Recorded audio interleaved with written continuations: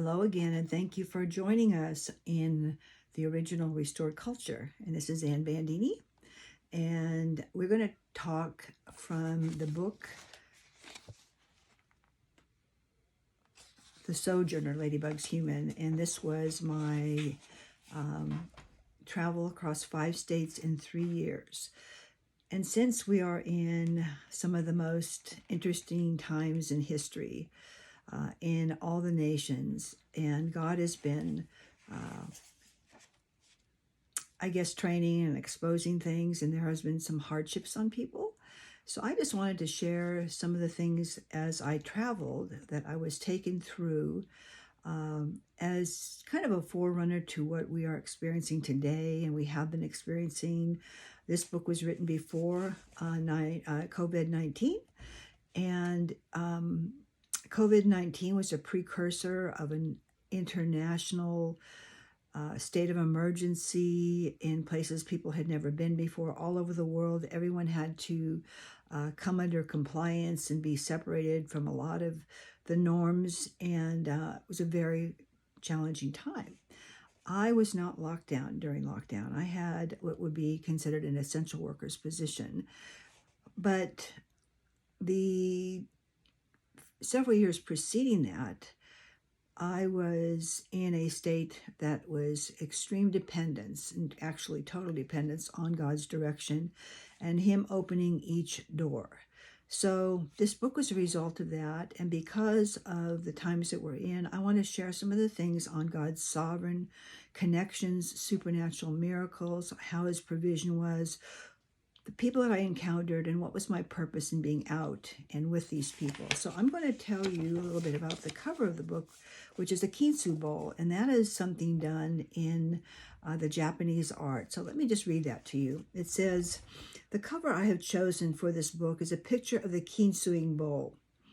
In the process of writing this book, I came across an article of the kintsugi bowl, which is featured on our cover of this book. It was the perfect blend of beauty in art as a piece and a representation of the restoration of the human condition to a greater glory. It spoke volumes to me to know the origin of the kintsugi bowl, created out of the fondness for a shattered object. It is the perfect blend of beauty, both as a piece of art and as representation of the restoration of the human condition to a greater glory." The article is included below, which actually is the extended part of the next part of the book, for your added enjoyment, and also as an explanation of what you may encounter as you journey with me through this book.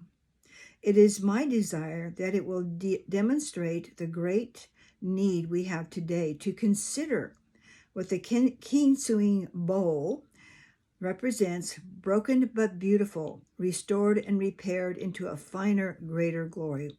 It becomes much more valuable. That's the part. It becomes much more valuable in the restoration. As this precious metals used to restore it creates a new, one-of-a-kind piece of art with veins that make it look unlike anything other. It becomes a priceless because it gives new life to something that has been shattered. It becomes priceless. So the kintsugi bowl is basically a broken bowl or a piece of pottery, and the culture when it was first created was the gentleman didn't want to lose the bowl. So instead of discarding it, they took gold and a special plant epoxy, and they created that as the glue, which put the pieces back together. And then it was very unique. Obviously, there's only one of a kind because it's not going to be the same where everything breaks. And it became magnificent, more valuable than the first piece. So that's the really funny thing that is, how we're put back together sometimes after we've gone through the pain or we've been through hard times. It's going to make us a greater person.